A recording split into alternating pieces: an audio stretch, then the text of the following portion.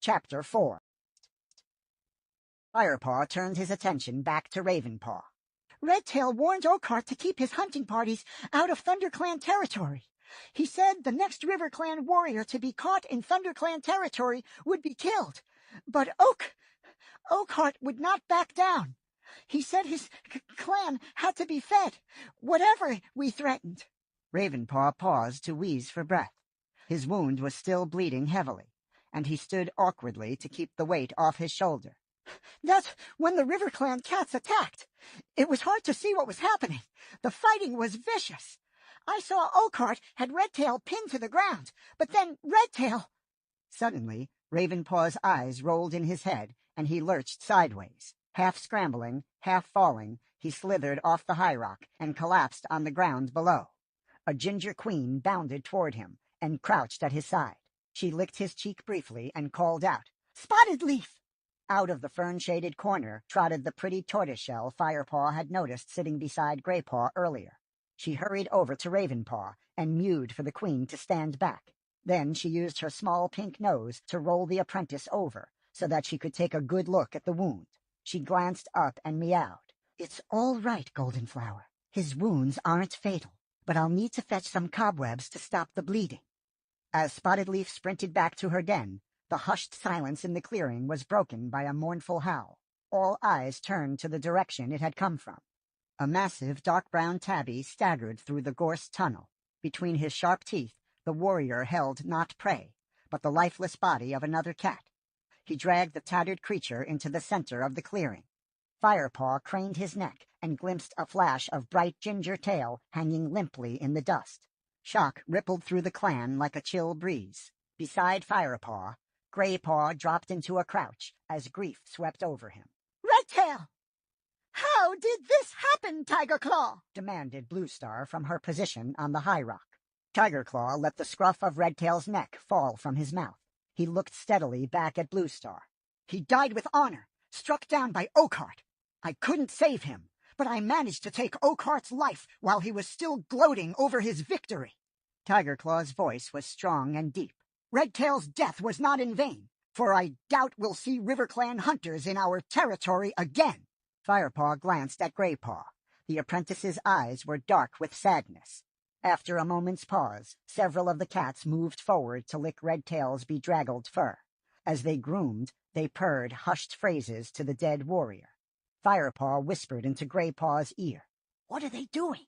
Graypaw didn't take his eyes off the dead cat as he replied. "His spirit may have left to join StarClan, but the clan will share tongues with Redtail one last time." "StarClan?" Firepaw echoed. "It's the tribe of heavenly warriors that watches over all clan cats. You can see them in Silverpelt." Firepaw looked confused, so Graypaw explained. "Silverpelt is that thick band of stars you see each night stretching across the sky. Each star is a StarClan warrior. Redtail will be among them tonight." Firepaw nodded, and Graypaw stepped forward to share tongues with his dead deputy. Bluestar had remained silent while the first cats came to pay their respects to Redtail. Now she leaped down from the high rock and walked slowly toward Redtail's body. The other cats retreated and watched as their leader crouched down to share tongues with her old comrade one last time. When she had finished, she raised her head and spoke. Her voice was low and thick with grief, and the clan listened in silence. "Redtail was a brave warrior. His loyalty to ThunderClan could never be doubted. I always relied on his judgment, for it bore witness to the needs of the clan, and was never swayed by self-interest or pride. He would have made a fine leader." Then she lowered herself onto her belly, her head bowed, her paws stretched neatly before her, and silently she grieved for her lost friend. Several other cats came and lay down beside her, their bowed heads and hunched backs echoing her mournful pose. Firepaw watched. He had not known Redtail, but he couldn't help feeling moved as he witnessed the clan mourn. Graypaw came and stood beside him again. "Dustpaw will be sad," he remarked. "Dustpaw? Redtail's apprentice. That brown-striped tabby over there. I wonder who his new mentor will be." Firepaw glanced over at the small Tom who squatted near Redtail's body, staring unseeing at the ground. Firepaw looked past him to the clan leader. How long will Blue Star sit with him? He asked. Probably the whole night, replied Graypaw. Redtail was her deputy for many, many moons. She won't want to let him go too quickly. He was one of the best warriors. Not as big and powerful as Tigerclaw or Lionheart, but quick and clever. Firepaw looked at Tigerclaw, admiring the strength that swelled in his powerful muscles and broad head. His massive body showed signs of his warrior life. One of his ears was split into a deep V shape, and a thick scar sliced the bridge of his nose. Suddenly, Tigerclaw stood up and stalked over to Ravenpaw. Spotted-Leaf was crouching beside Tigerclaw's wounded apprentice, using her teeth and front paws to press wads of cobweb onto his shoulder wound. Firepaw leaned toward Graypaw and asked, "What's Spotted-Leaf doing?" "Stopping the bleeding. It looked like a nasty cut, and Ravenpaw seemed really shaken up. He's always been a bit jumpy, but I've never seen him this bad before. Let's go and see if he's woken up yet." They made their way through the grieving cats toward the spot where Ravenpaw lay, and settled themselves a respectful distance away to wait until Tigerclaw had finished speaking. "So, Spotted-Leaf," Tigerclaw addressed the tortoiseshell with a confident meow. "How is he? Do you think you can save him? I've spent a lot of time training him up, and I don't want my efforts to be wasted at the first battle."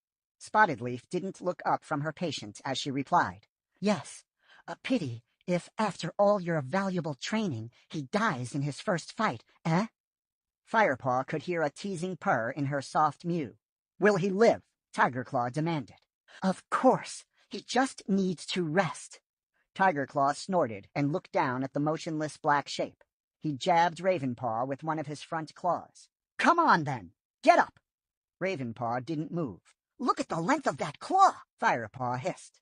"Too right," replied Graypaw with feeling. "I know I wouldn't want to get into a fight with him." "Not so fast, Tigerclaw." Spotted-Leaf placed her paw over Tigerclaw's sharp talon and gently moved it away. "This apprentice needs to keep as still as possible until the cut has healed. We don't want him opening his wound by jumping about trying to please you. Leave him alone." Firepaw found himself holding his breath as he waited for Tigerclaw's reaction.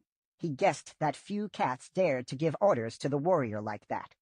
The big tabby stiffened and seemed about to speak when Spotted-Leaf mewed teasingly. "Even you know better than to argue with a medicine cat, Tigerclaw." Tigerclaw's eyes flashed at the little tortoiseshell's words. "I wouldn't dare argue with you, dear Spotted-Leaf," he purred. He turned to leave and caught sight of Graypaw and Firepaw. "Who's this?" he asked Graypaw, towering above them.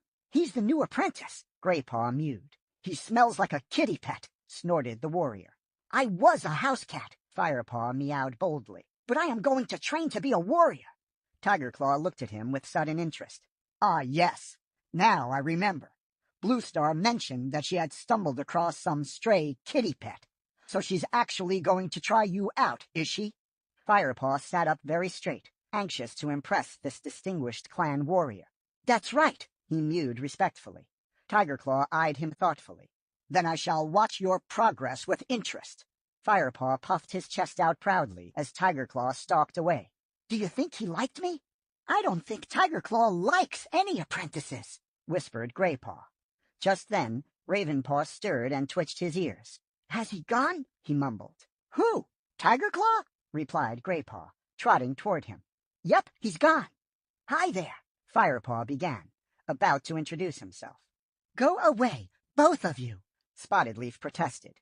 "How am I meant to help this cat with all these interruptions?"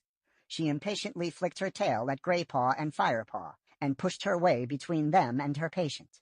Firepaw realized she was serious, despite the lively glimmer in her warm amber eyes. "Come on then, Firepaw," mewed Graypaw. "I'll show you around. See you later, Ravenpaw." The two cats left Spotted-Leaf with Ravenpaw and walked across the clearing. Graypaw looked thoughtful. He was clearly taking his duties as a guide very seriously. "You know the high rock already," he began, flicking his tail toward the big smooth rock. "Blue Star always addresses the clan from there. Her den is down there." He lifted his nose toward a hollow in the side of the high rock. "Her den was carved out many moons ago by an ancient stream." Hanging lichen draped the entrance, sheltering the leader's nest from wind and rain. "The warriors sleep over here," Graypaw went on. Firepaw followed him to a large bush a few paces away from the high rock. There was a clear view from here right down to the gorse entrance into the camp. The branches of the bush hung low, but Firepaw could see a sheltered space inside where the warriors made their nests. "The senior warriors sleep nearest the center, where it's warmest," explained Graypaw. "They usually share their fresh kill together over by that clump of nettles. The younger warriors eat nearby. Sometimes they are invited to join the senior warriors for eating, which is a big honor." "What about the other clan cats?" Firepaw asked, fascinated but feeling rather overwhelmed by all the traditions and rituals of clan life. "Well, the queens share warrior quarters when they work as warriors, but when they are expecting kits or nursing them, they stay in a nest near the nursery. The elders have their own place on the other side of the clearing. Come on, I'll show you." Firepaw trotted after Graypaw, across the clearing and past the shadowy corner where Spotted Leaf had her den. They stopped beside a fallen tree that sheltered a patch of lush grass. Crouched among the soft greenery were 4 elderly cats tucking into a plump young rabbit. "Dustpaw and Sandpaw would have brought them that," whispered Graypaw. "One of the apprentices' duties is catching fresh kill for the elders." "Hello, youngster," one of the elders greeted Graypaw. "Hello, Small Ear," mewed Graypaw, nodding respectfully. "This must be our new apprentice, Firepaw, isn't it?" meowed a second Tom. His patchy fur was dark brown, and there was only a stump where his tail should have been. "That's right," Firepaw replied, copying Graypaw's polite nod. "I'm Halftail," purred the brown Tom. "Welcome to the clan. Have you two eaten?" meowed Small Ear. Firepaw and Graypaw both shook their heads. "Well, there's enough here. Dustpaw and Sandpaw are turning into fine hunters. Would you mind if these youngsters shared a mouse one eye?" The pale gray queen who lay beside him shook her head. Firepaw noticed one of her eyes was clouded and sightless. "What about you, Dappletail?" The other elder, a tortoiseshell she-cat with a gray muzzle, meowed in a voice cracked with age. "Of course not." "Thank you," mewed Graypaw eagerly. He stepped forward and took a large mouse from the pile of prey, then dropped it at Firepaw's feet. "You still not tasted mouse?" he asked. "No," Firepaw admitted. He suddenly felt excited by the warm smells that were rising from this piece of fresh kill. His whole body quivered at the thought of sharing his first real food as a clan member.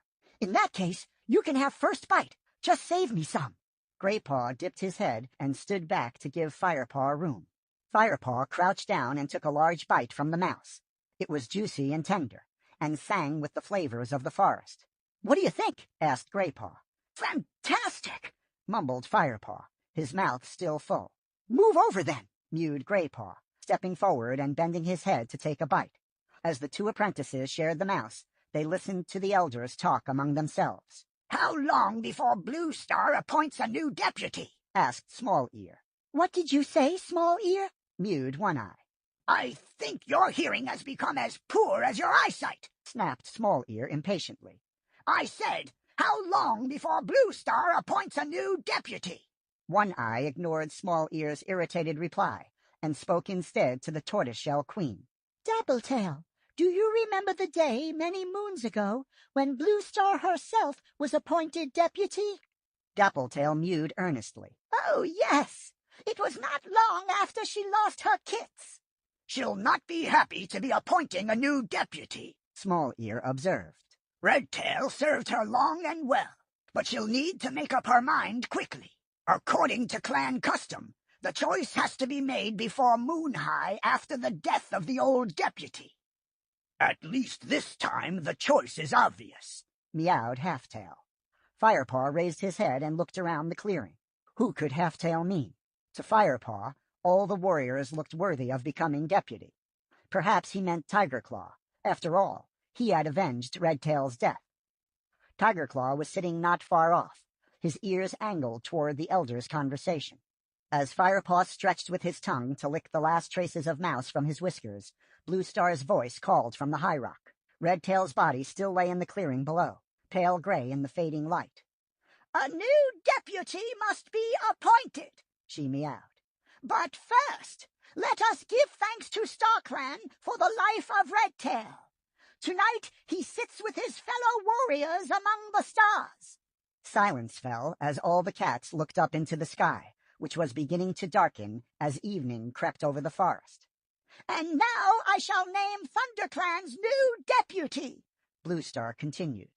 I say these words before the body of Redtail, so that his spirit may hear and approve my choice. Firepaw looked at Tigerclaw. He couldn't help noticing the hunger in the big warrior's amber eyes as he stared up at the high rock.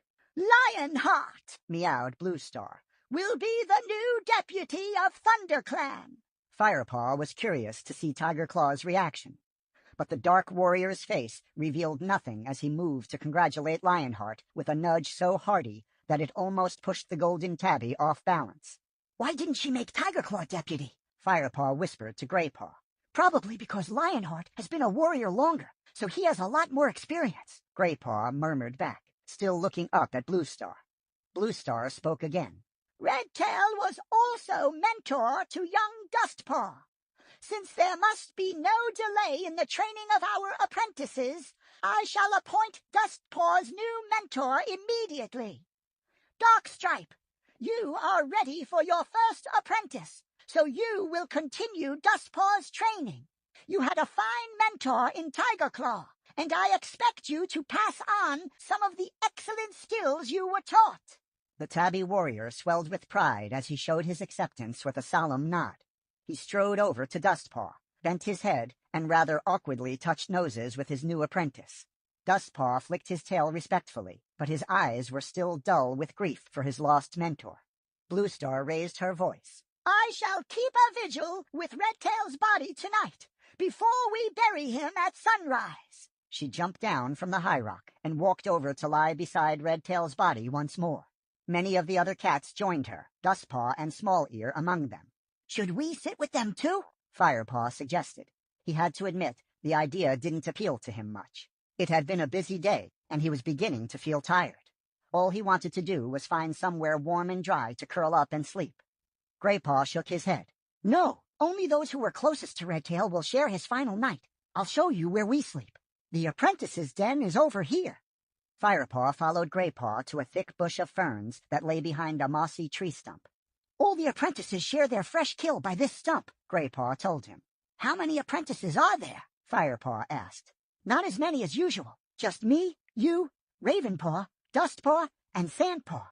As Graypaw and Firepaw settled themselves beside the tree stump, a young she-cat crawled out from beneath the ferns. Her coat was ginger, like Firepaw's, but much paler, with barely visible stripes of darker fur.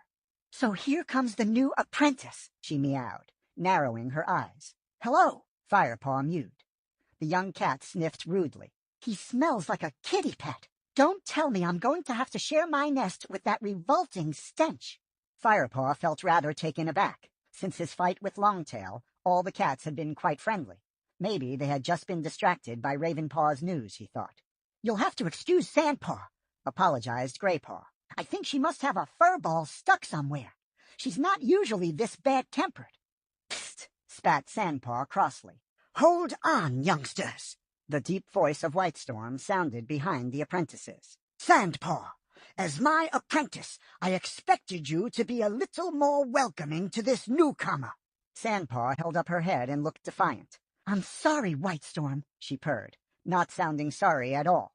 I just didn't expect to be training with a kitty pet, that's all. I'm sure you'll get used to it, Sandpaw, meowed Whitestorm calmly. Now, it's getting late, and training starts early tomorrow.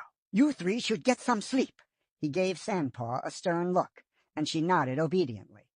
As he walked off, she spun around and vanished into the clump of ferns, sniffing once more as she brushed past Firepaw. With a flick of his tail, Graypaw invited Firepaw to follow him, and led the way after Sandpaw. Inside the sleeping area, the ground was lined with soft moss, and the pale moonlight turned everything a delicate shade of green. The air was fragrant with fern scent, and warmer than outside. Where do I sleep? Firepaw asked. Anywhere, just so long as it's not near me, snarled Sandpaw, who was prodding some moss with her paw. Graypaw and Firepaw exchanged glances, but said nothing. Firepaw raked together a pile of moss with his claws. When he had gathered his bed into a cozy nest, he circled until it was comfortable and settled down. His whole body felt drowsy with contentment. This was his home now. He was a member of ThunderClan.